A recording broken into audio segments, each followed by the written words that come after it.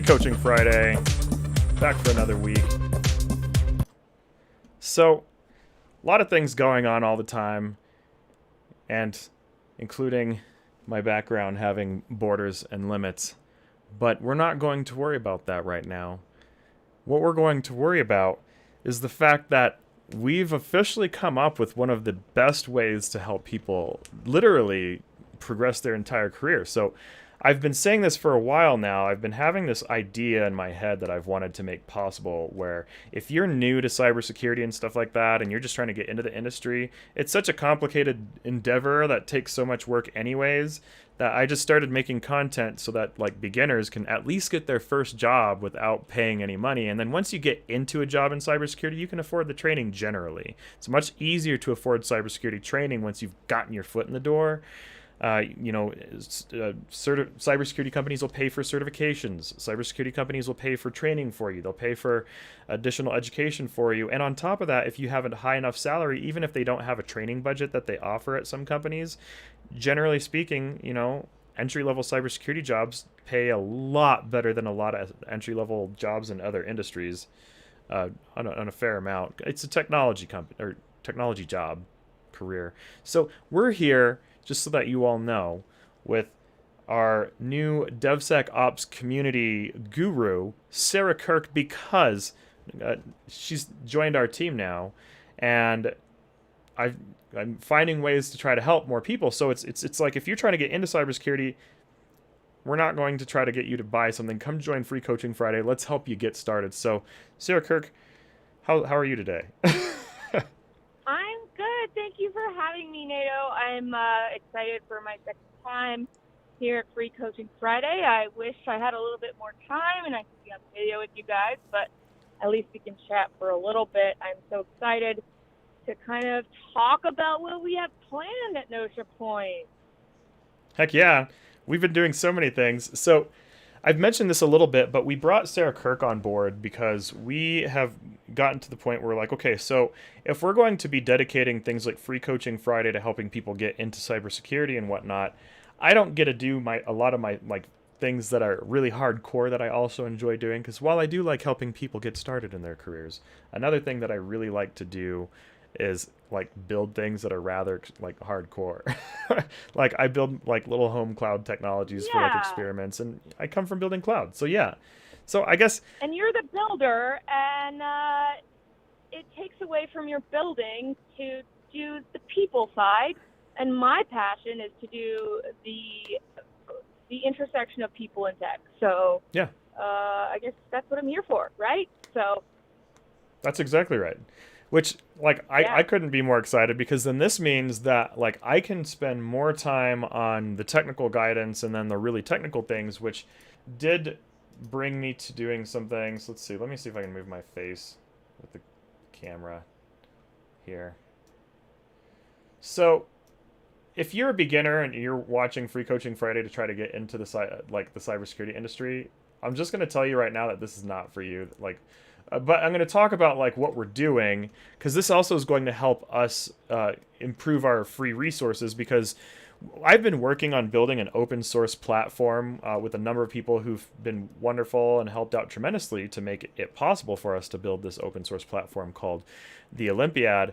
And as I've been building it, it's just been growing and growing and growing. And then I started building cloud technology with it. And then I started talking to members, and those who are a little more hardcore, well, why don't we just build our own cloud? And I was like, oh, actually, that makes sense. So we set up a co-op, the DevSecops Dojo, which is a place where, just like martial arts, I'm going to teach you katas and forms. For if anyone's been in martial arts, then you know what forms are and things like that. But if you have not been in martial arts before, there's a reason why we're going to do a DevSecOps Dojo instead of the DevSecOps Academy or the DevSecOps University. Well, I come from a different kind of background that was a lot more of an underground skill upbringing, where you just get real world experiences from doing things that you probably shouldn't do, and then you change your mind to do things for good later on. So nowadays I teach people how to fight for good, because there's something we have called self-control, and this is something I learned because I used to do martial arts. Martial arts is like you learn that you can be a wildly destructive person if you're a human being. And, hacking, ethical hacking. I'm wearing a hacker hoodie or whatever. But it's a wildly destructive skill. Martial arts can be a destructive skill. But just because you know how to punch doesn't mean that you're going to walk down the street just like socking everyone in the jaw. Like it just doesn't work that way. If you're a boxer or you're doing karate or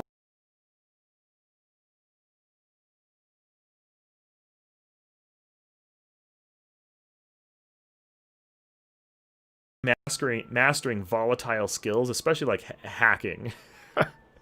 Like I was like, what's It's one? about using your powers responsibly and for good, right? Yeah, totally, exactly.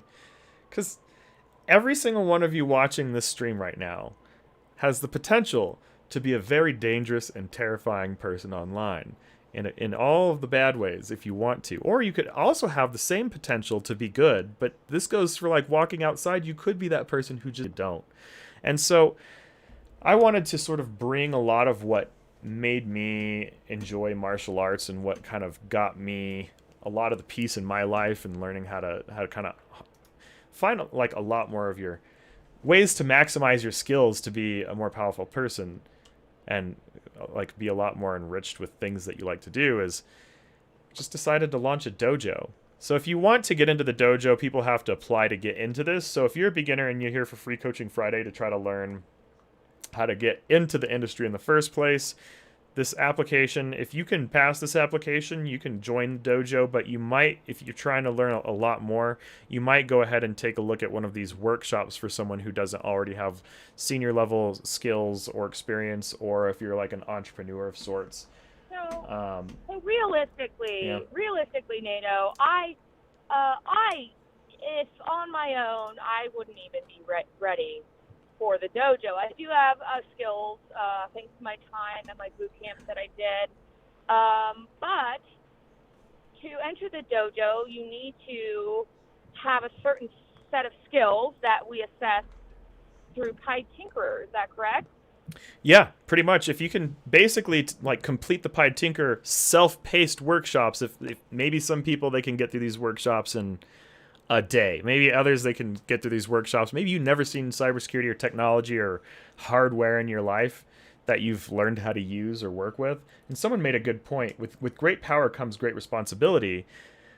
PiTinker will teach you great power, but it doesn't teach the great responsibility. It just teaches you like, here's some hardware, here's how to set up cluster and cloud and how to make some things work.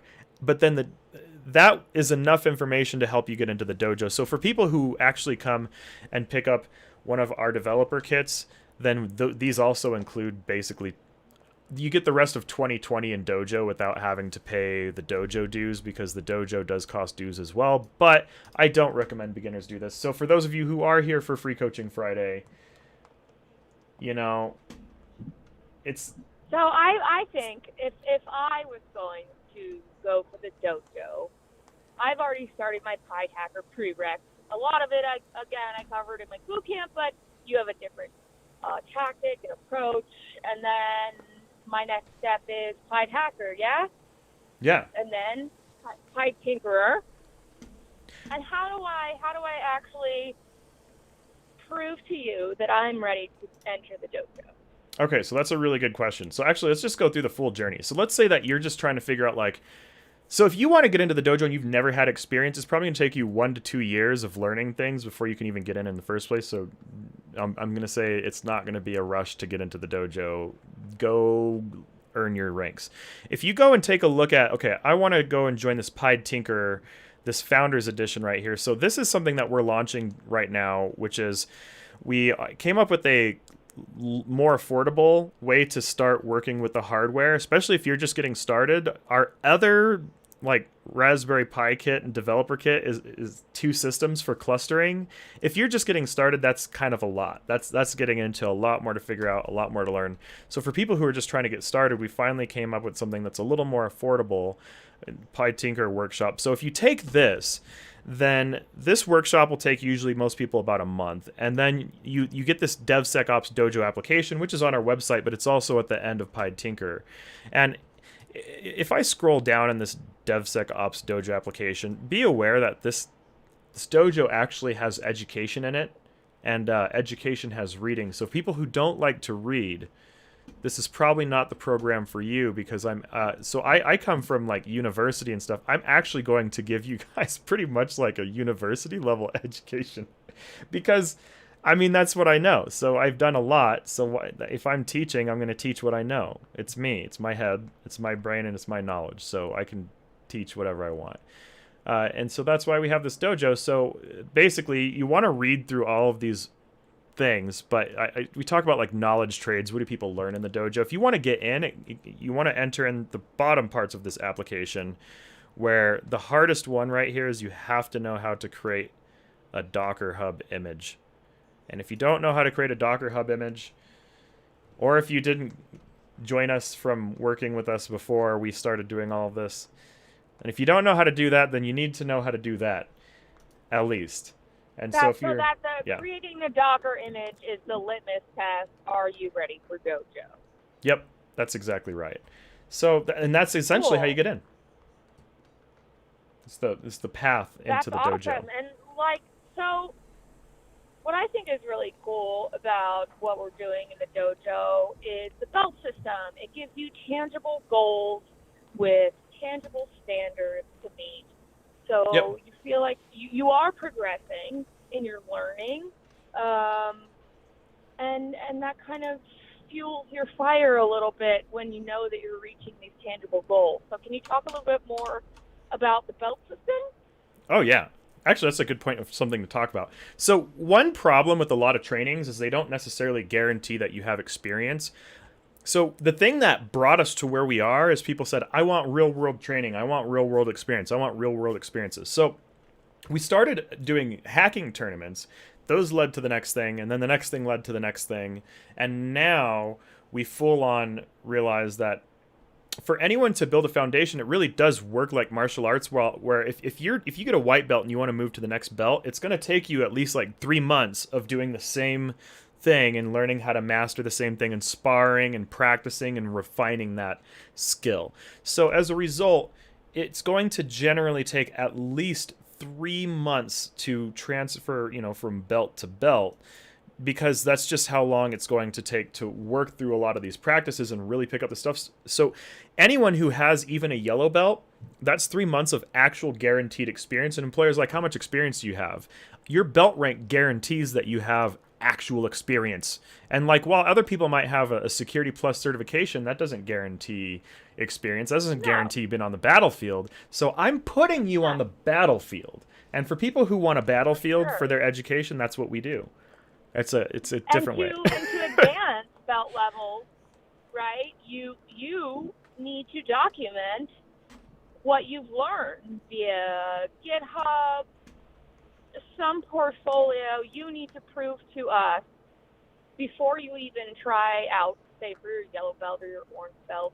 You need to come to us with proof that you are where you need to be to where we can test you for your next belt. Yeah, and because ultimately, if you're joining the DevSecops Dojo, I mean it when I say that you're becoming a Titan Slayer. You're going to be the person who knows how to take down the most robust technologies on the planet. It's like, that's my background, so that's what I'm going to teach. So why not? Let's go. And so if you want to be someone who's going to be able to take that stuff down, follow me on Free Coaching Fridays. I'm going to teach the skills to get to the point to where you can actually know how to do these things, because there is a lot to learn in the cybersecurity industry. And once again, like, if you are a complete beginner, if you've never had even a customer service job before, I'm not going to recommend joining the DevSecops Dojo, but I do recommend checking out more Free Coaching Fridays. So future Free Coaching Fridays, I talked about this lightly in the last one, is the future Free Coaching Fridays are going to become a lot more... Someone said they can't wait to become a Mandalorian. Well, that's right. We're gonna go become Mandalorians, Mandalorian samurai. Yeah, but I think that's what I love about our model is we have free coaching Fridays for people to, kind of get the intro stuff and figure out if cybersecurity is something they're even really interested in. And then, so not only do we have free coaching Fridays, the PiTinker prereqs are free too, and that has actually like a fantastic amount of knowledge. And so the free that we offer is such a great value, and so we guide people, and you can basically go from, like you did with Lubia, 0 to hero through Notion Point. Yeah, totally. Yeah. So well, I wish I could hang around and talk more, but I do have to jump off the call. I'll see you guys next Friday for sure. Heck yeah! So we will see Sarah Kirk on Fridays for a bit, and then we'll get into just my long NATO rants. And it's time for us to learn some stuff today because it's Free Coaching Friday, and that's what we do on Free Coaching Friday. So thank you, Sarah, and take care. And yeah, and we'll see you again because you're part of the crew now. Heck yeah! Bye. Bye. Sweet. So, there you have it. We have just launched this DevSecops Dojo that is on our website, notionpoint.com, for those who are trying to figure out how you can get into these types of things. So, something that I want to talk about today is, and I'm serious about when I say this, is prove something to yourself. If you've ever gone through my interview checklist, there's one little thing that I say in my interview preparation checklist. I guess if I tell you what I'm talking about. So if anyone has the PiTinker experience prereqs, if you're a beginner, I have this whole thing that's like a free program, which I'll actually show you what I'm talking about. So let me go find it on my own website.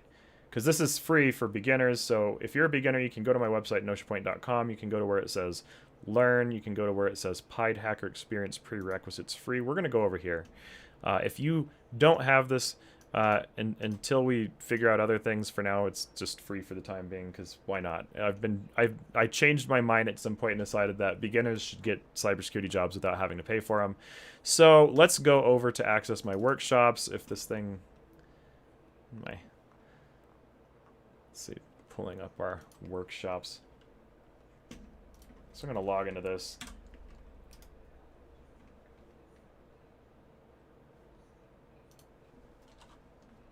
There, everyone knows my Gmail account now.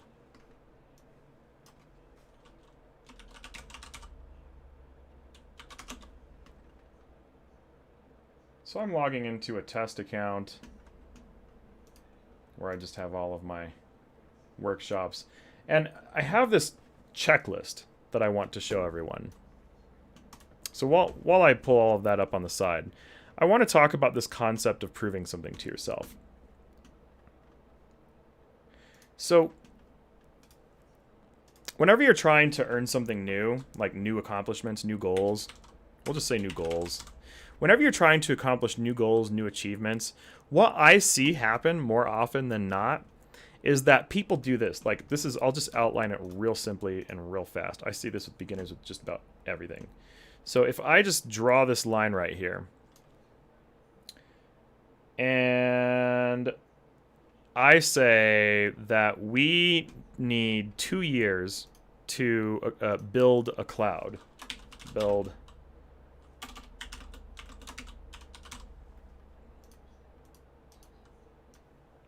And it doesn't have to be cloud. It could be anything. It could be certain types of audits. It could be building SIM technology. So I'll even change it just to show you that it doesn't have to be cloud. It's anything SIM. There are a lot of these really robust technologies in cybersecurity and all that take forever. And so maybe that literally takes 2 years. Right? So maybe it takes 2 years to do this. when someone doesn't have all of the context, because if you have new goals, you have no idea what the experience that lies in between is, right? You don't know what that is because you've never done it. If you've never done something, unless you're psychic, and this is something that sometimes people who become more experienced aren't particularly sensitive about toward beginners. Beginners will be doing things, and then the beginner will be like, I don't understand, like, why are things not working out? And then the more experienced person will be like, how do you not understand these things? Because sometimes when you get to the level that I'm at, it's really easy to forget, like, the beginner experience, which is something that I try not to forget, and I still have trouble with that, which is why I want to focus on the DevSecops Dojo a little bit, because I've realized that my skills are a little too far out there in a lot of areas for beginners, which also is why we're bringing in Sarah Kirk, because Sarah Kirk has a much better understanding of the beginner experience than I do. I don't have the best understanding of the beginner experience, but that's why I have these conversations with Sarah Kirk, who can tell me what the beginner experience looks like, because even when I started having new goals in cybersecurity, this journey for me was different, because for me that journey was more like, 2009 and like 2011 and till now. I don't know. Great.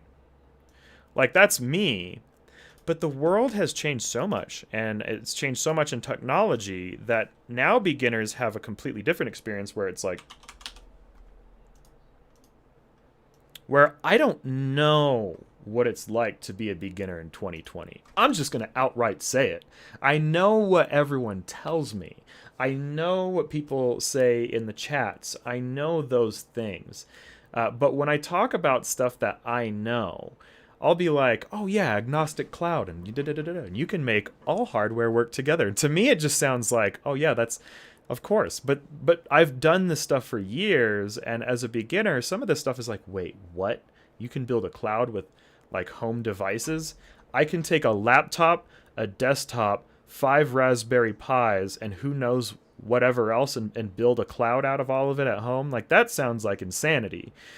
But I've also, we just have different experiences for what brings us into building SIM in 2020 versus and learning the skills in 2020 versus getting to those skills in 2009, 2011. And so I also work with a lot of you who are new to a lot of these things and asking questions. Your questions especially Free Coaching Friday, I've learned so much from the questions I get in Free Coaching Friday that really tremendously help me understand what helps who better, what helps beginners better, what helps those who are more experienced better.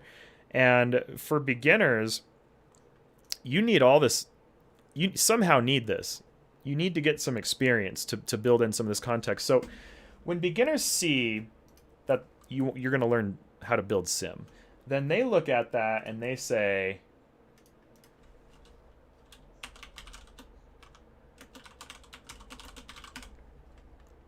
so a beginner will look at someone like me oftentimes, and in their response, they'll be like, I've been trying so hard to learn this stuff, NATO. I've been trying so hard to learn. I'm like, but you've only been doing this for 2 months. Why would you think that you'd know this yet? And they're like, well, I want to get to your level. And it's like, you will. Probably much faster than I did. Probably so much faster than I did, because I'm giving you things that, a lot of context that I didn't have. But I guess what I'm saying is, give yourself mercy and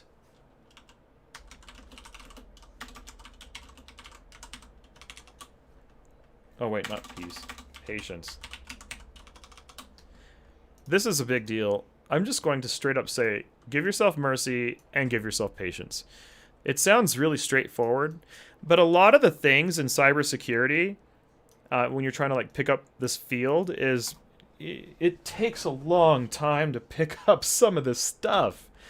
And there's a reason why I needed to set up a step system between PiTinker experience, like PiTinker prereqs. You want to get through that and really soak that information in. It takes people about 1 to 2 months on average, depending on how fast they soak it up.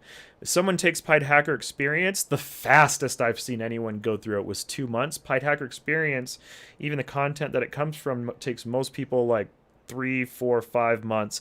So if you were to take the free PiTinker prereqs for a month and then go buy our follow-up program called PiTinker Experience, like the full PiTinker Experience, that right there could be half a year of your life. And if you're a complete beginner, that could quite literally be an entire year of your life trying to understand how to build just basic building skills that you can teach to yourself.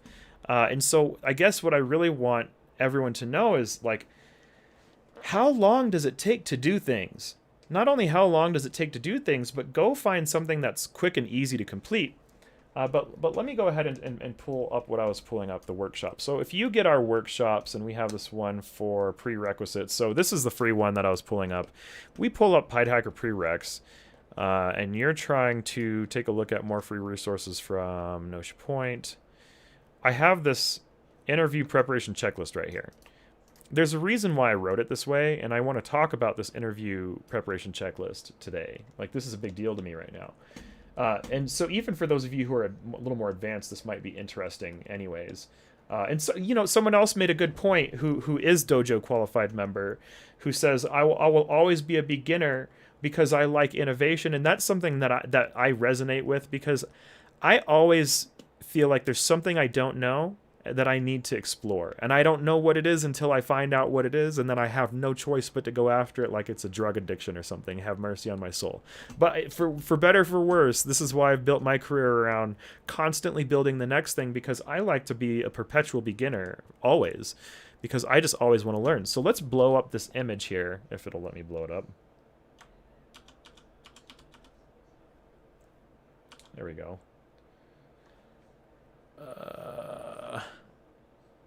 What is this trying to tell me to do? So, with me looking at this checklist, there's something on here that's very specific that I want to talk about, where it says a couple of things. So if you're trying to pass an interview, this is a full checklist. How do you pass an interview? So I guess I'll just talk about this from the top, since I'm showing it in the first place. So let's get into it. And I guess I'll make it slightly smaller. Well, I'll make my face smaller so you can make the text bigger. So let me make my head tiny. Tiny head. Okay, so let's read this together. Cybersecurity interview preparation checklist. And I'll stop moving the mouse so that it doesn't make that little thing pop up or go away window. So it says review before interview. So research the company hosting the interview. So if you're going to an interview, you need to at least know what you're trying to do. That goes back to the context. I was just saying that you have to have experience with something.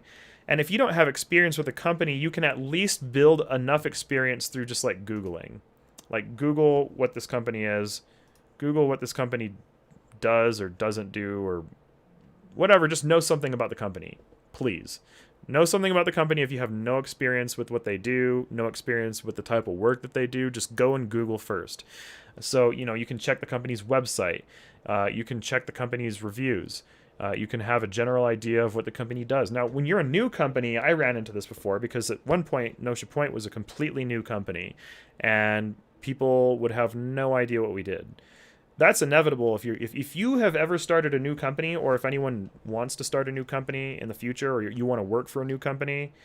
That's a gamble. You might as well consider yourself an entrepreneur if you're trying to work with companies that don't have these things. So if a company doesn't have, that's me saying that working with me once upon a time was a gamble, and people took that gamble and won, because we actually were legit and not scammers. But you're always taking a chance that someone could be a scammer when they have no reputation at all. So Google, please. And then if an interviewer's name is known, if you find out what an interviewer's name is, once again, experience thing. You need as much context in an interview before you even go into an interview, or you're not going to pass or win an interview. Context, context, context. Experience. This is experience. LinkedIn is great. You can go to LinkedIn and Google the person's name and try to find out what the, like, connect the face to the person if you can. And it goes a long way because, you know, you can go connect with them on LinkedIn, or you can come into an interview having a better idea of the types of things that your interviewer might be interested in hearing from you. Maybe you go to LinkedIn and find out that your interviewer literally went to the same college as you. In your interview, have a conversation with the things that you share with your interviewer. Look for things that you have in common. Talk to your interviewer about things that you have in common. And I've heard people be like, yeah, but aren't interviews supposed to be professional? Unfortunately, the more professional you try to make an interview, oftentimes the more likely you are to fail the interview. Let people talk about their dog, and if someone doesn't want to talk about their dog or their cat, try to get them to talk as much as possible. Now, some people just don't talk. If you have an interviewer who doesn't talk, they'll ask you questions, and you'll ask them questions. They won't say much of anything. But most interviews, ask your interviewer questions about their personal life, about things that are like not all too prying, like, oh, you know, like personal life aspects of work. Like, what is it like working at this company for you? That's a personal question, but it maintains a degree of professional separation. You're not asking them how old their kid is. Don't do that. Oh, no. No, no. So do have what's called discretion. We want to have discretion, and we want to have selective language when we talk to people, but context things. So as we get a little further into this, because this is all social engineering, if you want to get a job, this is why I say just PiTinker prereqs. If you don't have a cybersecurity job, study this. This will get you one. So study up to be prepared for technical interviews. Honestly, this is another thing, just Google. Most of all of this is Google. You can Google almost everything to get some experience ready before an interview to be prepared. And you're not going to win them all, but this is the one that's really big. It says, before your interview, find something you are skilled at and spend a couple hours going for an easy win. Push your mind into a winner's mind state. I mean that. So here's a weird psychology thing. If you go and you're about to go into an interview, and let's say on your way to an interview, like interviews are high stress. And when people get stressed out, so I actually know this about, I have a medical condition that actually requires me to understand this interaction. When we get stressed out as human beings, our bodies generate cortisol. And for some of you, you might be thinking cortisone. Cortisone and cortisol are not the same. There's different things. So cortisol, what is it? It's a hormone. You could think of it as the stress hormone. There are a couple of things that cortisol does. When you get stressed out, it can cause you things like inflammation. It can cause you to feel like some of you have maybe gone into an interview and suddenly been like, oh my gosh, I feel sick. And maybe you think that it's just in your head and you're just making it up. It probably does come from like getting stressed out in your head. So it probably does come from your head, sure. But that feeling of nausea, if you were to go into a doctor and they do the little like go inside of you surgery style, like things, maybe TMI, but anyways, they go inside you surgery style. What you'll find is that there's genuine inflammation that comes from that stress, no matter who you are. And I mean for real stress. And it hinders your body. It causes all these things. So stress has a physical impact on your body through this chemical called cortisol, depending on the concentration levels associated with that. It's rather wild. And so you're going into an interview.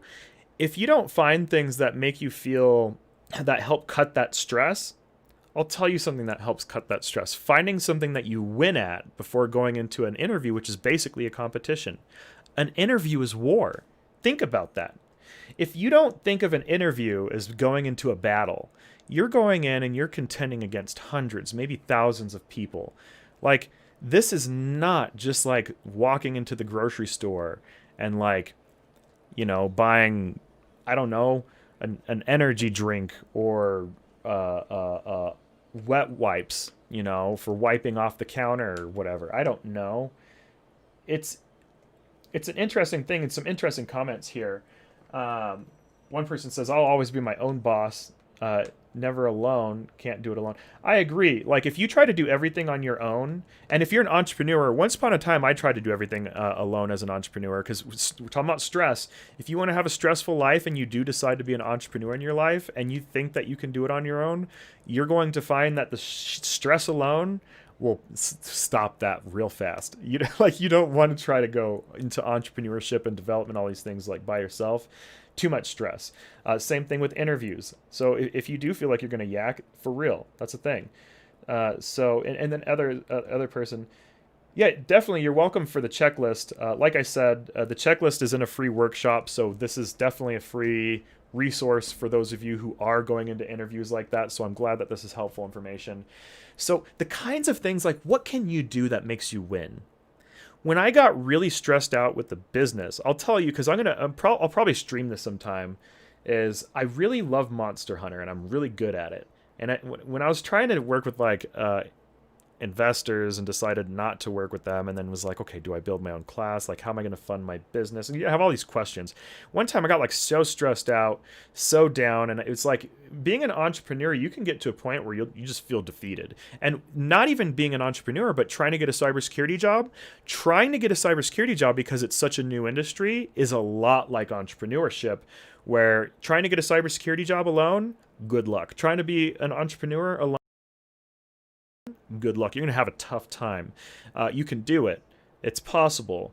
But the sheer amount of stress, your body will shut down. You'll get nauseous. You'll get sick when you think that you can make it. Be the one who's yakking because your body can't handle it, and you'll have things that prevent you from functioning and operating. So for me, it's like I would play something like Monster Hunter, and like I said, I'll probably play that sometimes. If anyone ever wants to play Monster Hunter with me, I was even thinking about streaming it today. I might a little bit, but one of these days, if anyone wants to play some Monster Hunter, I don't know why I'm like it's one of those things that I started playing it. I found that I was really good at it, and then whenever I was going into something stressful, that was my thing. Is I just like go fight some dragons and stuff and be like, yeah, take out dragons. But find something that's easy to win at.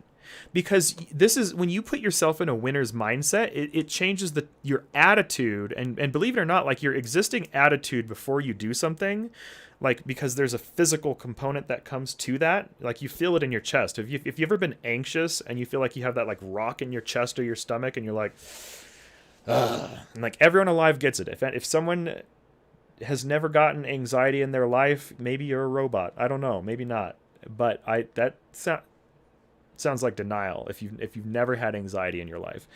But if you are anxious, it shifts your attitude. If you're depressed, it shifts your attitude. But if you can find things that help change your attitude through experiences, whether it's like going and playing, maybe you're really good at chess. I just watched Queen's Gambit. And Queen's Gambit, like this girl is so good at chess, no one could beat this girl at chess. And then she lost a few times, got all angry, and then got all depressed, got super depressed, but then ultimately just didn't stop playing chess because that's what she's good at. And for me, it's like I'm good at certain things. Like I'm good at like cloud development. When I saw the Raspberry Pi 4, I was like, oh sweet, I can build cloud technology on these tiny things because they're just as powerful as the servers I used back in 2009, literally. So if a Raspberry Pi is the power of a server in 2009 that I used to like learn how to build with and things like that, once again, things that I'm good at, I'm like trying to do business. And honestly, the Raspberry Pi 4 is the thing that moved me from playing Monster Hunter to feel like a winner to being like, oh, sweet, I'm going to start building whatever I want on this thing because it's affordable and I can scale it out and I can produce stuff with it. I like mass production. I like manufacturing. I used to work with doing like cloud technologies with like aerospace companies, space companies, the different ones. Let's see, like materials engineering companies, like manufacturers, like the company that made the mannequins for Nike. I used to do their development there too, and I'd be over in that office, that mannequin office, and at night, and that's one of the most terrifying places you'll be, where like these people have like there's mannequins everywhere, and you thought you were in there alone, and you look back and you're like, oh, It's just a mannequin. And then someone says hi, and you're like, whoa. And it's like, oh, sorry, I'm just the night security. And you're like, whew, whew. Don't work at a mannequin manufacturing company. It'll get you. But yeah, and depending on like life in general is really stressful because that's a hard one. Because one person commented it's like stress every day because you don't find people like me. Actually, I have that problem. I used to get really stressed out because I don't meet a lot of people I relate to. Generally, almost at all. It's really hard for me to find people I relate to, if I'm honest. But when I started building my company and I learned how to do marketing and learned how to try to like find people and unite people, I've started to actually figure out how to find people. It's another reason why I wanted to make the DevSecops Dojo, honestly.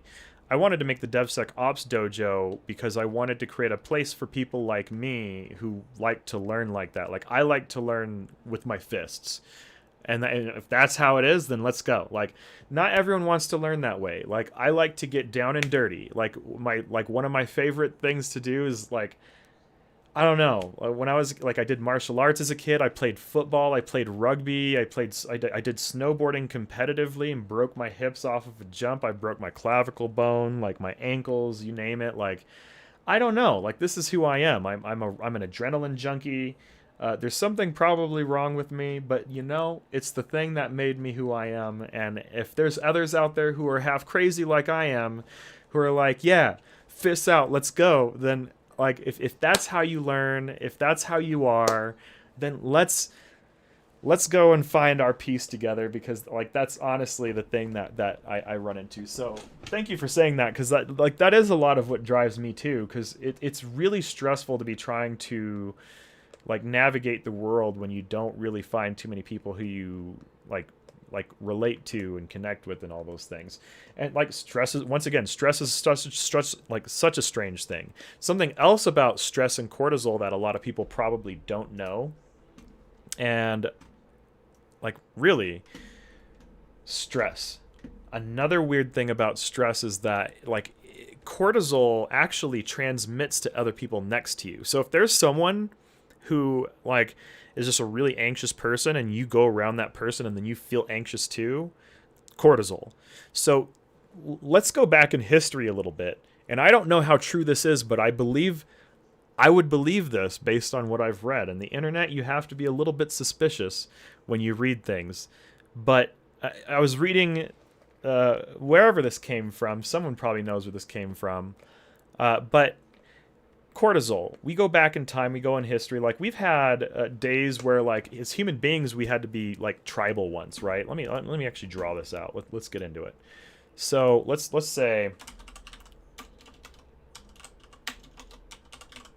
stress. Let's talk about it, because stress will wreck your career more than most things, in ways that people don't really get.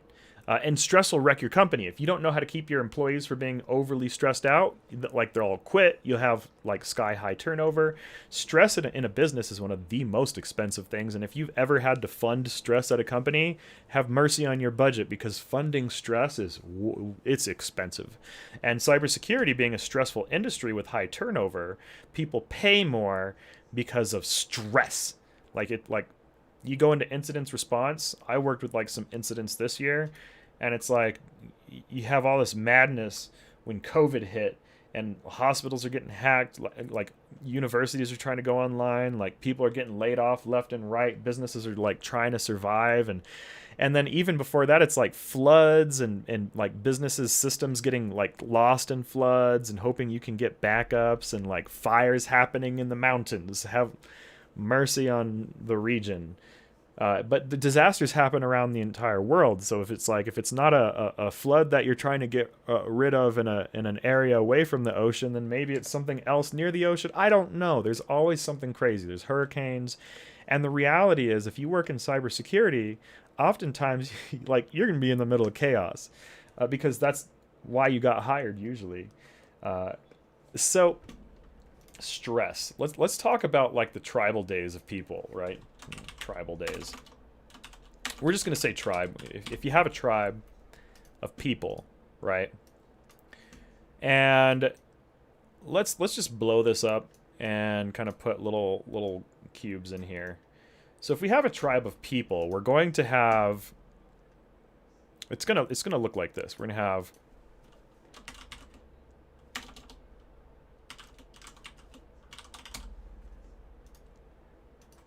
have the day folks, which is gonna be like most people. And then we're gonna have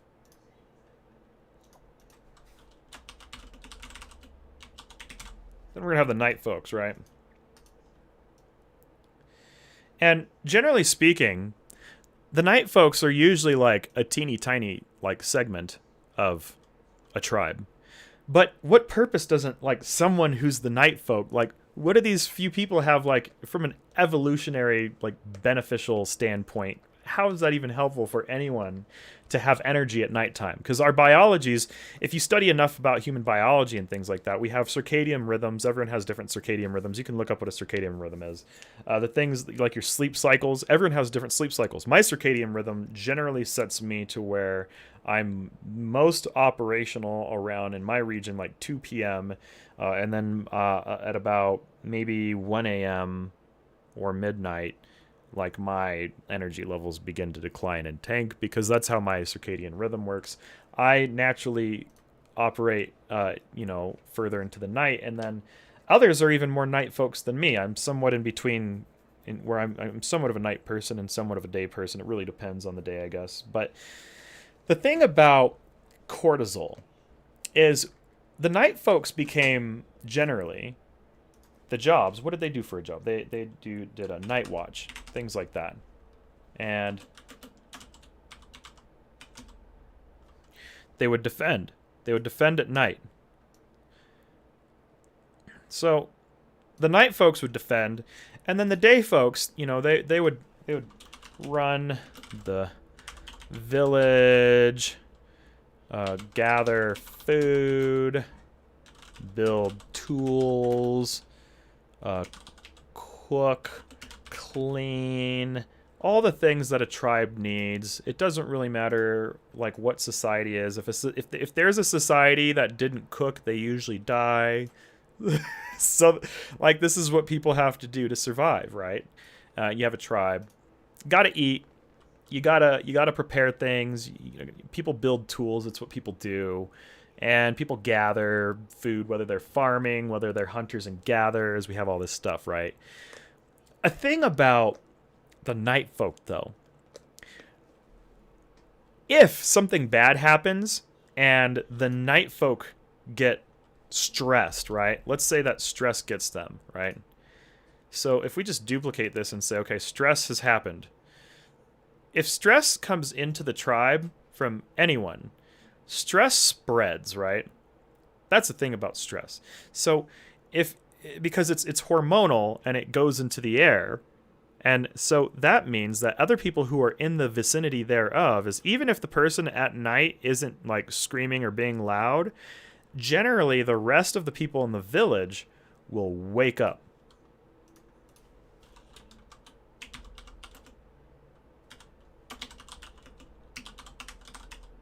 And they become alert from cortisol. So all of a sudden, these folks who are generally not night folks, all of a sudden, like that night person, that night watch, something bad happens while everyone else is sleeping and they're relaxed and, they're just like, oh. It's the night folks who allow people to be able to run a society. And, I'm a hacker. I guess that I'm a cybersecurity professional. I do ethical hacking. And I guess there you go. I fall under the category of night people who defend. So whether or not it's even an evolutionary trait in me, I have no idea. I just know that I read this one time and it just made so much sense because my dog, I have a service animal that helps me because I have a condition that reacts a certain way. He reacts to my cortisol levels, and if I get too sick, actually, my dog has issues from the cortisol reaction from me. So if you're in a room with a person who's generating cortisol and they're generating this stress right here, you will become alert from them even if you are not stressed. Which is why if you hang out with people, let's say that you're calm, stressed person walks in the room who's like, even if they say nothing, they don't have to say a word. They just have to be generating cortisol. If that person's generating cortisol, as soon as they walk in the room, everyone in the room's stress levels skyrocket, which is another reason why companies who don't manage this are doomed. Like, this is just reality. It spreads like a toxin. Companies who don't manage stress are doomed. So I've seen so many companies go bankrupt. So many, because some people used to call me like the Grim Reaper of business, because it's like I used to repossess offices and stuff like that for one of my jobs and stuff like that. So it's like if you see Nathan, then that means that someone's going out of business, someone didn't make their payments, someone didn't do something that they should have done. Like, once upon a time, that was me. So it's like something probably went very, very, very, very, very, very wrong. And so that's terrible. That sounds really bad when I say it out loud, but like that's been my career, I guess. Disasters, trying to hope that you can survive the disaster. But yeah, companies who don't manage stress are doomed. Really, because as soon as one person is like stressed, even if everyone else is having a great time, they can't have a great time as soon as like you have enough people who are exhibiting, like, especially when in the office times. Right now with the online world, there's a little bit of a barrier against that. So if people aren't physically together, actually it's better. So right now, like, I'm doing this coaching session, and it's not in front of a classroom, and because there's no one who's like spreading cortisol around the room, like, it's easier for me to maintain my levels because I don't have all of the stress of the room literally cascading around the room. It just works that way. It's how we work. So, and dogs are great. Yeah, it's nice having a dog. Sleeping right now. But yeah, so it's just, I tell you, if you do something for yourself, something that's going to help lift you up and help reduce those stress levels, like, work on your stress levels. Like, work on, like, ask, like, if someone on your team seems stressed out and they say that they're not, maybe dig a little deeper. If that's what it takes, it doesn't mean that you have to pry too much. Maybe it's just like, lives, issues in personal life. Okay, great. Like, stressful things happen. There's stressful days at work. There's stressful weeks at work. We can't get rid of all stress, but there are certain forms of stress that we can avoid. And that's something that we can think about, especially when we're getting ready to go into like something that we know is stressful. It's like if you're going to go and play a sport or something like that, for anyone who's worked on like high performing teams, usually like before the game and stuff like that, it depends on the team. Really depends on the team. But a lot of teams will go and try to do something fun or something exciting to be like, yeah, let's get ready for the game. Woo, woo, woo, and like everyone's getting ready to go. And it's like, all right, we're going in there. And if you've watched like MMA matches, like they go in there and they got like the hype music and they really amp it up and they make the vibes feel good, because when you make the vibes feel good, you pull out as much stress as you can so that people can perform. People perform when you remove the stress. And that's just a way that it works. You remove the stress and people perform. And so that's just something that I want people to understand, especially for those of you who want to be high performers. It's like, when you are doing something that you know is going to be stressful, maybe that does mean that you have to come up with an amp up ritual. I don't know what your amp up ritual is, but I'm just going to type this is come up with your amp up ritual.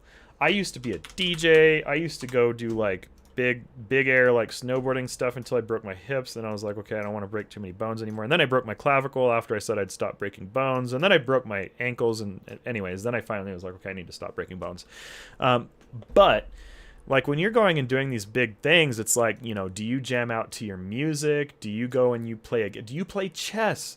Like, it doesn't matter what you are. What you do. I don't know what your ritual is.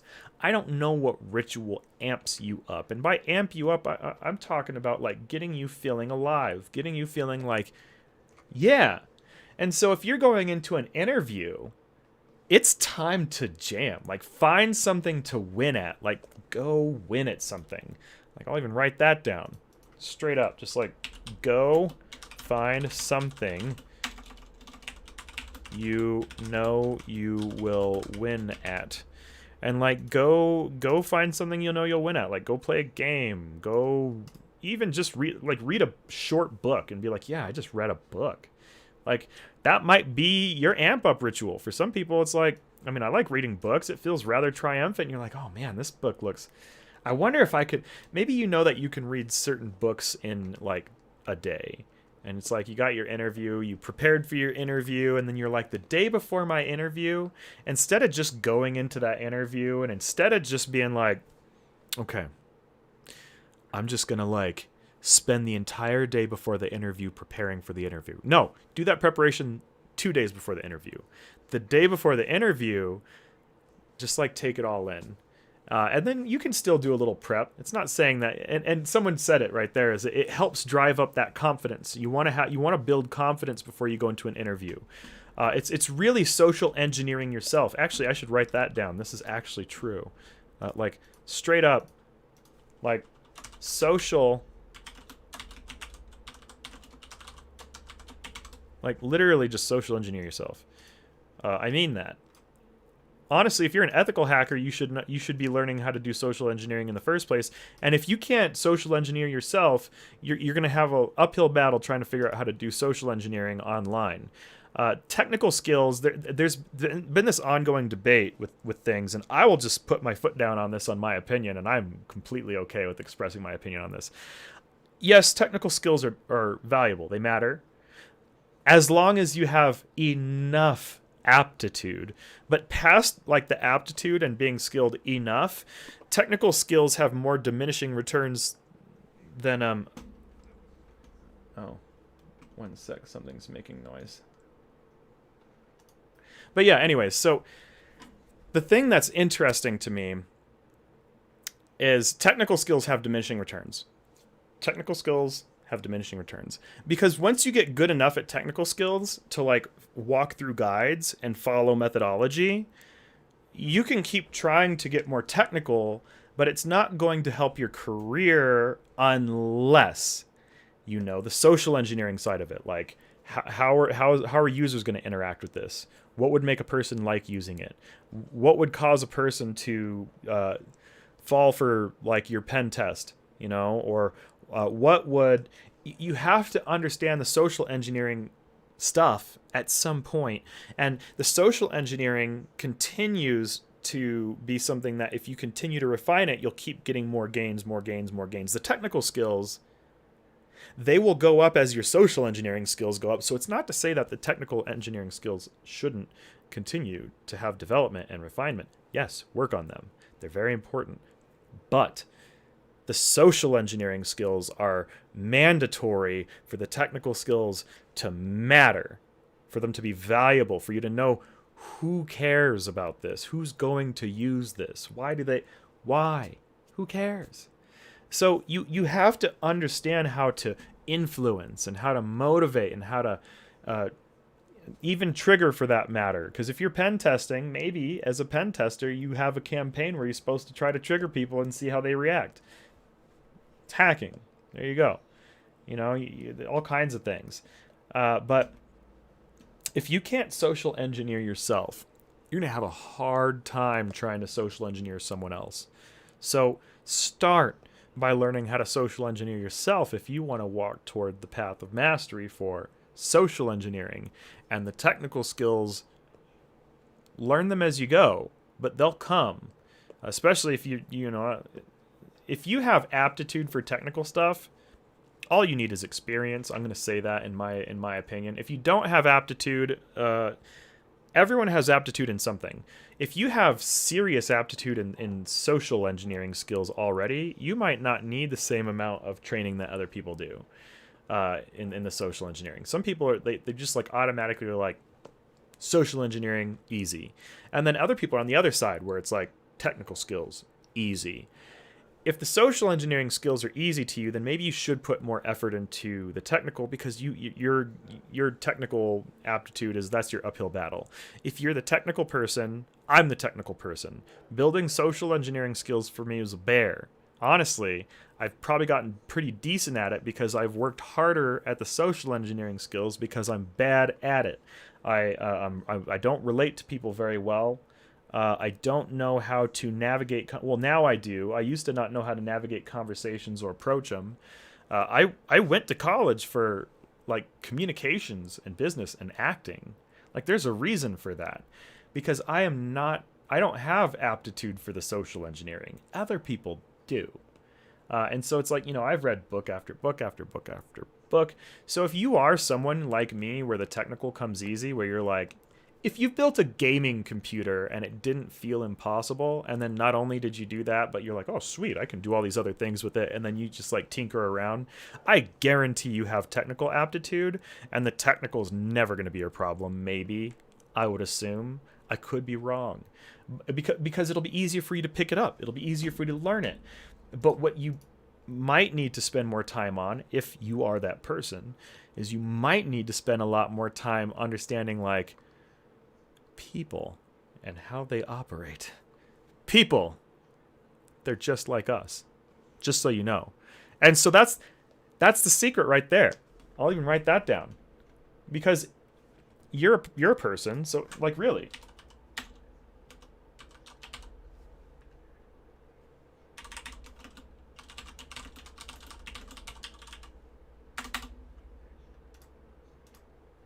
this is it. Like, this is the secret. People, they're just like us. And so if you can learn how to social engineer yourself, sky's the limit. Sky's the limit. Learn how to go find something that you win at. Go learn how to figure out, like, what are the things that cause you to have all kinds of weird things. So, it's very interesting. So let's see. Things going on. That's the big one I really wanted to talk about. And it's like, I guess really I just wanted to talk about this. I wanted to talk about this because this is one of the biggest setbacks that I see in people, and it's also one of the biggest setbacks I saw in myself. The thing that held me back is, like, I used to keep thinking that I needed to get more technical. I was like, oh, I don't know enough technical stuff. I'm not technical enough. And I guess that's imposter syndrome. I guess everyone gets imposter syndrome. I heard a wonderful speech from Nadine Tanner talking about it. So if you've never heard of imposter syndrome, look it up. But for me, I would always, even after I had like actually built cloud from ground up, I was like, I don't know anything. I don't know how to do things. I don't know anything about technology. Like, that was my worldview of myself, my skills. And part of it is, if you look at yourself inaccurately, let me put it this way. Look at yourself. Wait, no, let me say it a different way. So learn how to look at yourself the way others who are not you see you. I don't know if that makes any sense, but I'm going to try to explain this. I hope this makes sense. I'm going to try to explain this concept. Learn how to look at yourself the way that others who are not you see you. Because one of the things that holds people back is they'll be like, oh, I'm not good at. And then the reason when they start saying I'm not good at has nothing to do with reality. And then if you try to talk to them, then people will be convinced that it's reality. Because reality is in our head. Reality is what we decide is real. This is us. This is people. We all do these things. People. They're just like us. It's how we think. And oh my gosh, someone even said it. Like, the more you... There's a thing to that. Someone made another good point, is the more you learn, the more imposter syndrome kicks in. I ran into that too. I ran into that too. I think there's a term for that. If someone knows what that term is, it's a thing. I swear. So, because like when you do become more and more advanced, before feeling like you know things, you start feeling like you know less and less and less and less and less and less and less and less. And this is a really hard thing for smart people. This is a challenge for those. If you're intelligent, this is like the bane of the existence of intelligence people. Intelligent people are like the worst about this. And I'm when you work in cybersecurity, you meet some of the most brilliant people on the planet. If you ever once thought that you were smart, go work in a lab with a bunch of senior researchers at the right company, and you won't feel like a genius, even if you are. And I'll just put it that way. And when you're working around a whole bunch of just like really brilliant people who know this stuff, like it's really easy to sit there and be like, man, I don't really have that many skills. I don't have that much to offer. I don't really know what I'm doing. I don't know what I'm talking about. Like, I just don't get it, And it's just reality that we do this to ourselves. So one thing I do want to just tell everyone is, like, seriously, like literally learn how to look at yourself the way that others who are not you. And let me tell you one way that works well for this. I'll put up another little sticky here. Is find a strong community who you feel comfortable talking to.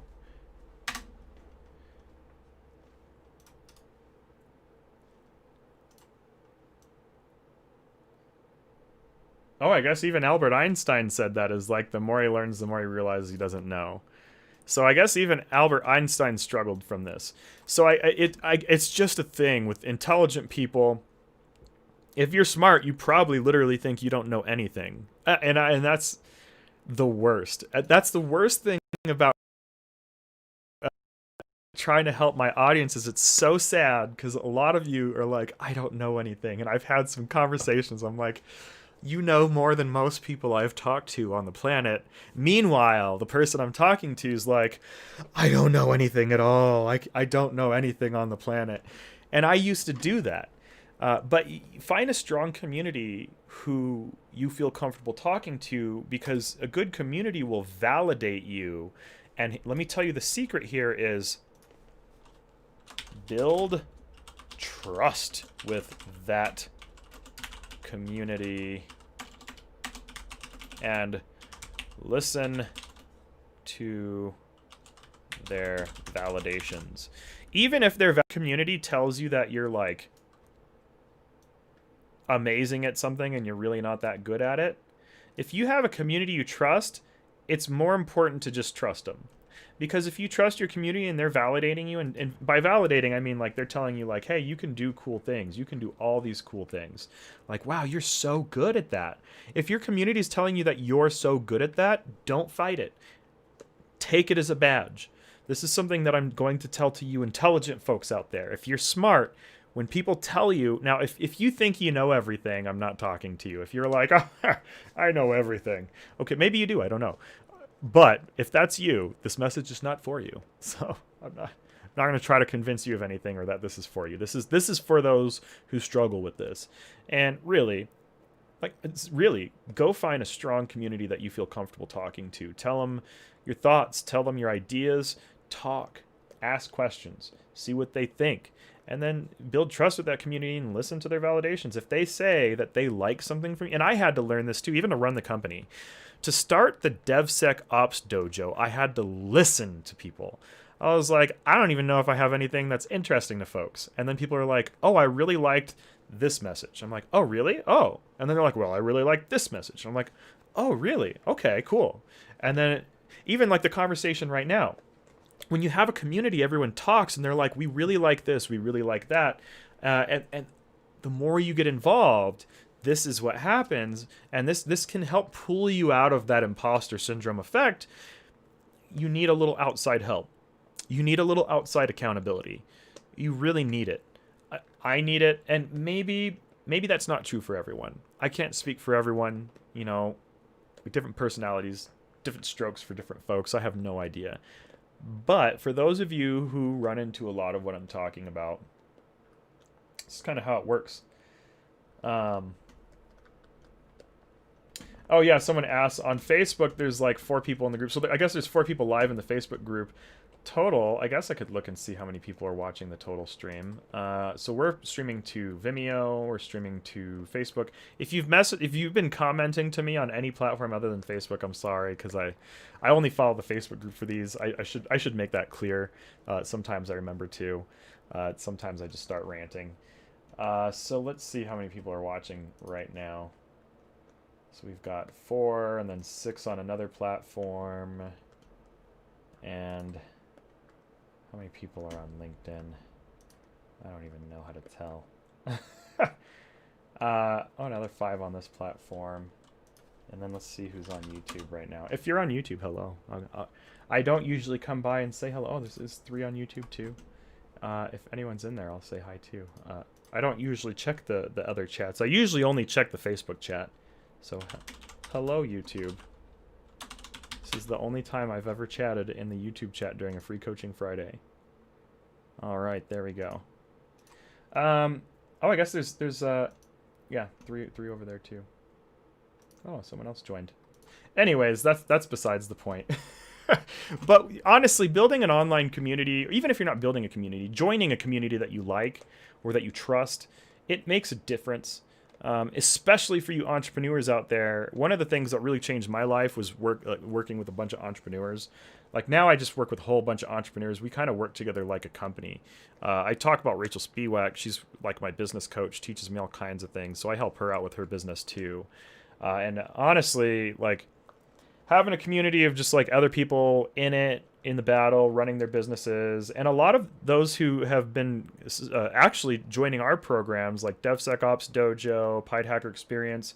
I thought that people would be joining our programs to get jobs. People have actually very frequently, it's like 50-50, join our programs to learn how to do their own thing, learn how to run your own business, learn how to be your own boss.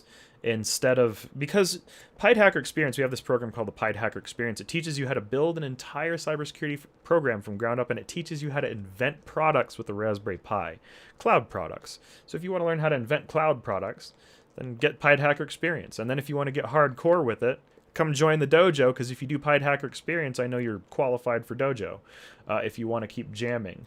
But that aside, it's really tough if you don't have a community to work with when you're trying to do stuff, because it's just really easy to get sucked into those lows no matter who you are when you're trying to accomplish anything big.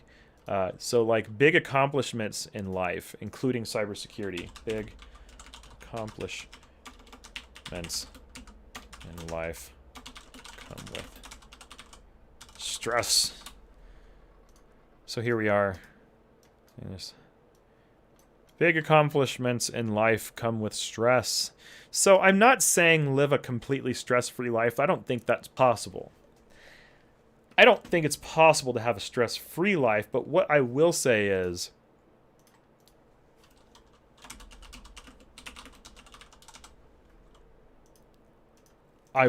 study your stress and learn how you work. And learn what helps you get through what you're trying to do or accomplish whatever you're trying to do. So, if someone, we have a lot of good comments. Someone says, even learning how to say hi can change your life, including finding a girl. Like, yes, like learning how to even just say hi to people. Having the confidence to say hello is something that doesn't come easy for people. Honestly, I was one of those people who once upon a time, I wouldn't say hi to people. I would put on headphones and I would put on glasses. And if you saw me on campus when I was in college, there's no way I was going to say hi to you if I walked by you. It just wasn't going to happen. And so there are people like that. I was one of them.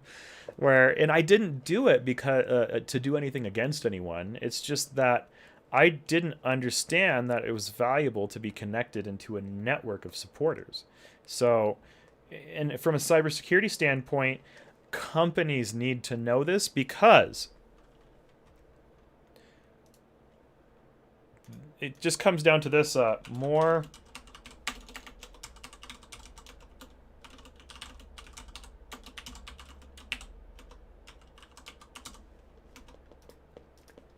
So this is a reality here. More stress equals more insider threats. As a matter of fact, I'm going to take this up to the next level. Too much stress, I'll put it this way.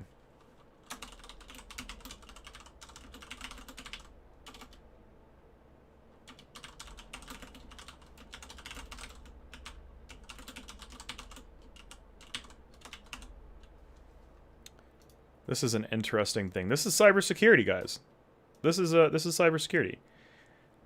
Too much stress might result in you being the next insider threat at your company. Facts, truth, reality. And this is cybersecurity. How do you prevent insider threats or reduce the likelihood of insider threats? You focus on the stress levels of your team. You focus on your stress levels because it impacts your team. If everyone on the team is stressed out, you talk about it. Let me even write that down.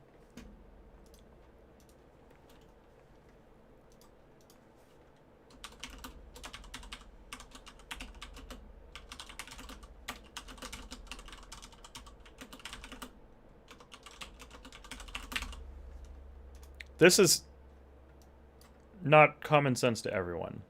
And it can be really uncomfortable. Because if everyone's stressed out, people usually tend to fight. And that's okay. Maybe you have to fight it out. Maybe if that's what it takes, then fight it out. I'll even write that. It might even mean fighting it out. Not violently. You know, be civil, but there might be some strong emotions. I'll put it that way. And there might be some shouting. And try not to shout. Try not to be a person who shouts. Try not to get too. But reality in human beings is that human beings get too anxious. Things happen. Tones come up, and it's just humanity. If everyone around you is stressed, people are going to yell. People are going to scream. People are going to shake their fists. People are going to. People are going to curl up into balls and go into the nap rooms. We had nap rooms, and sometimes when I got anxious at my job, I would crawl into the nap room and curl up in a ball in the nap room. That was the thing. I actually did that. For those of you who worked with me, you might not even know that I did that. I'd be like, anxiety, and then I'd go crawl into the nap room and curl up in a ball, and I was like, this is great. But, I mean, I guess that's why some companies have nap rooms. When you work in cybersecurity and stuff, I wonder if that's a thing. Why did we have nap rooms? I mean, they were there for a reason. It's like, if there's a nap room, I'm going to go in it. I don't know what else to say. So if everyone around you is stressed, then talk about it. Please, talk about it. Because you can figure out what's causing it so that at least in the future it's better. At least in the future it's better. It might mean a tough day. It might mean a tough week. You might have like pain in your neck afterwards from trying to duke it out with like, well, I disagree with that. Well, I disagree with that. Well, you try not to toss names. Try not to get too heated. Don't throw anything. Put the guns away, please. You know, no blades. Just be civil. But it happens. But if everyone's stressed out and there's no one who's calm, it's better than just letting everything deteriorate, because everything's just gonna deteriorate. So anyways, I guess that's what I wanted to really talk about. Well, let's see what I have here. And I'm gonna start wrapping up Free Coaching Friday here today. But I'm going to just see if I can pull up something that I tend to win at, because, I mean, why not? Why not?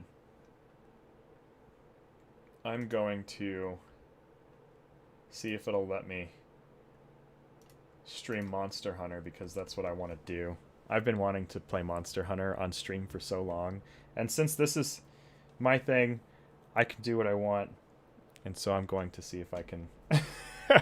do this. So bear with me. Let me put a little note on the notepad.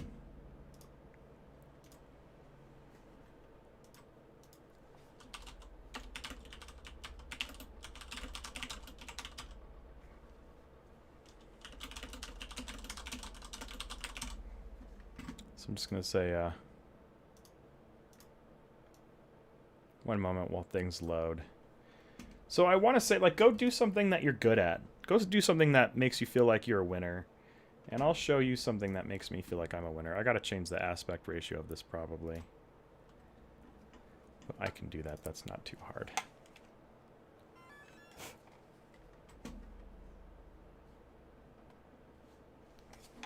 So let's do this.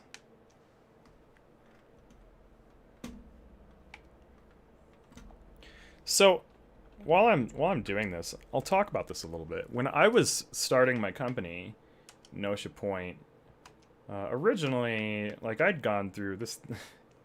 This is interesting. I'd gone through like 7 co-founders or something like that, and all of them are beautiful people, all very kind, wonderful people. But well, some of the people who are still around, the reason why things didn't work out a certain way was because I didn't understand how people worked. And so it's not even that. It's there were things that I didn't understand. Like, if you're trying to hire people or you're trying to, like, run a business, people will say that they want to do things. And then after saying that they want to do things, you'll give them an opportunity and start working with them. And if the stress is too much and they themselves don't understand that stress, and they themselves don't have enough self-awareness around that stress, or don't know where it's coming from, or might not realize that that's the thing that they want, or maybe they really wanted to do the thing and they thought it was the right thing to do for them. And when you start a company, you go through dealing with figuring out what do other people want, and maybe at times letting people go and recommending, like, hey, it's been a pleasure working with you, but I'm not sure that it's the best thing for our friendship or our relationship, or maybe it is. But there's a lot of stress that comes with that. And so, like, after I had just kind of dismantled the old company, let's see, I almost have the thing I want here.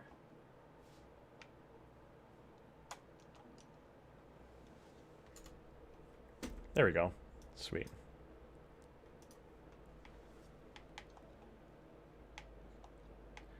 But yeah, after I figured out all that stuff, it's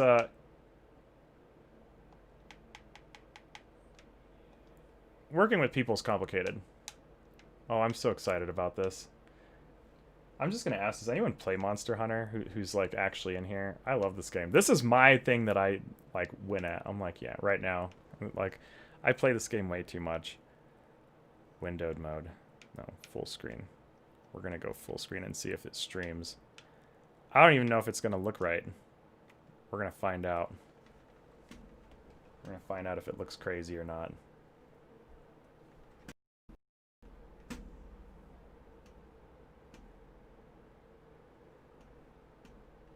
Flashing screens.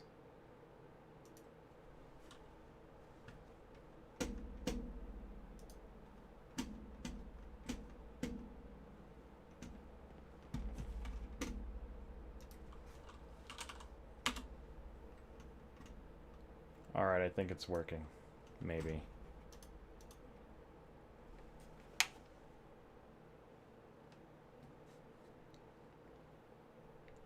Oh, it's totally working.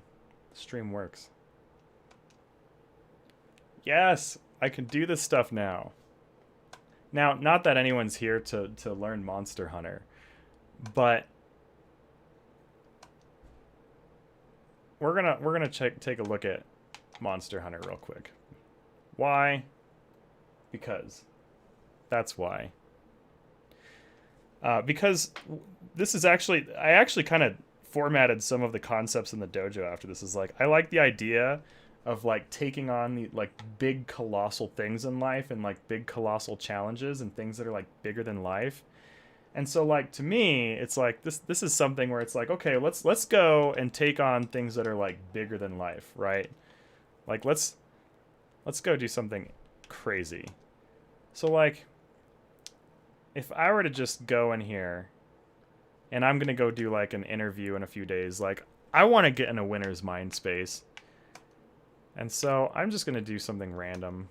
We're just gonna do something just for fun, just because. I mean, why not? do something random. Oh, heck yeah. Let's do... Oh, yes, let's do this. This is perfect. All right.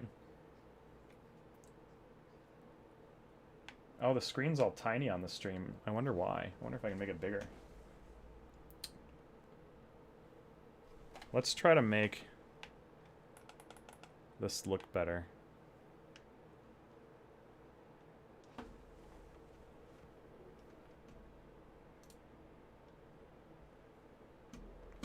One moment while I make that screen not tiny in the stream.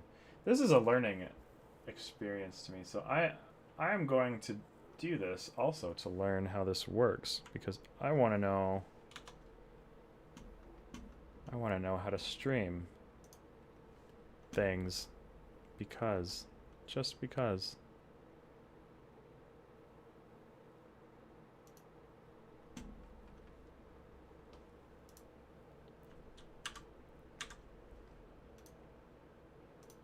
Oh, I know what I'm gonna do.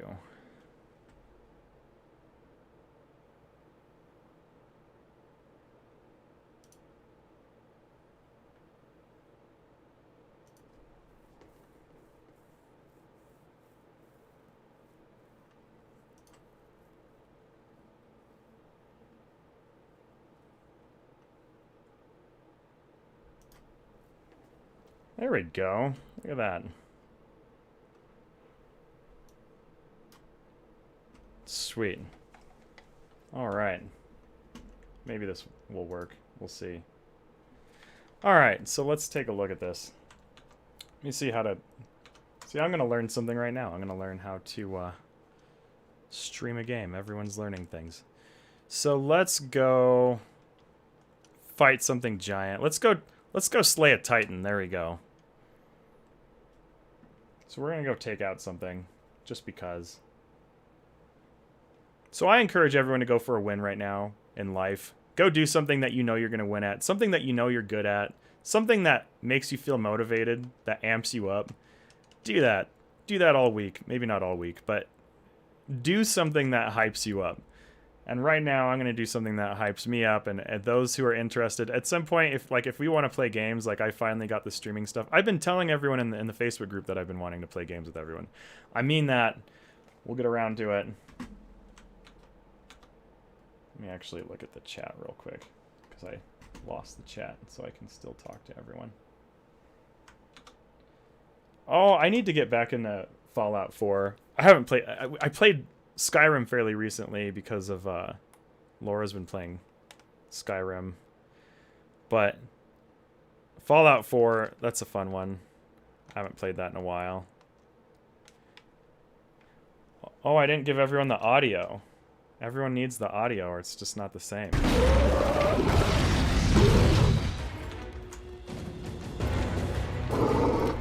Alright, here we go.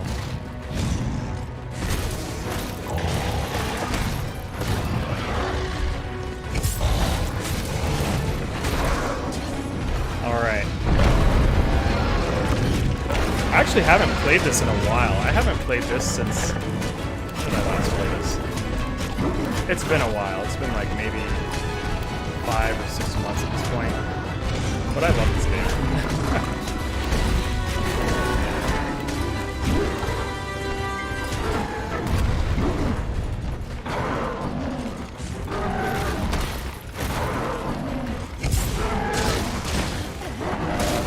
So, for those of you who don't like stuff like this, it might make people sad that I'm fighting a dinosaur and that's, you know, but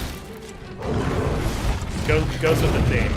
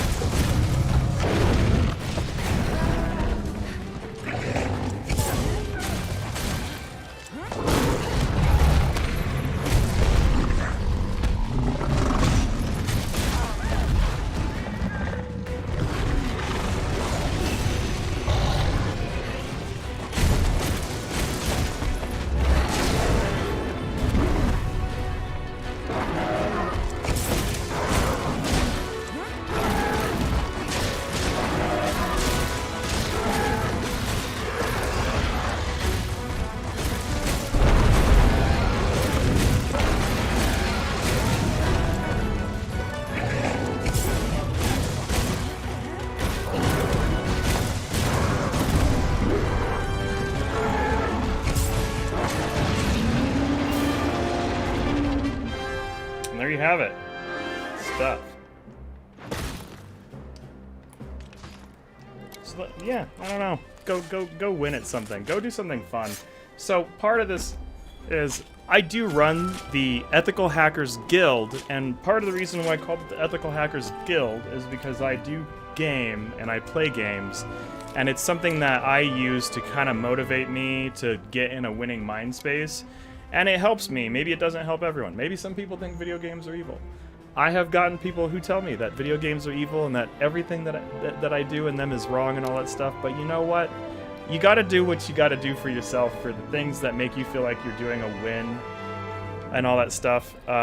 So, yeah, all I want to say is tackle your demons, tackle your challenges, don't let things beat you.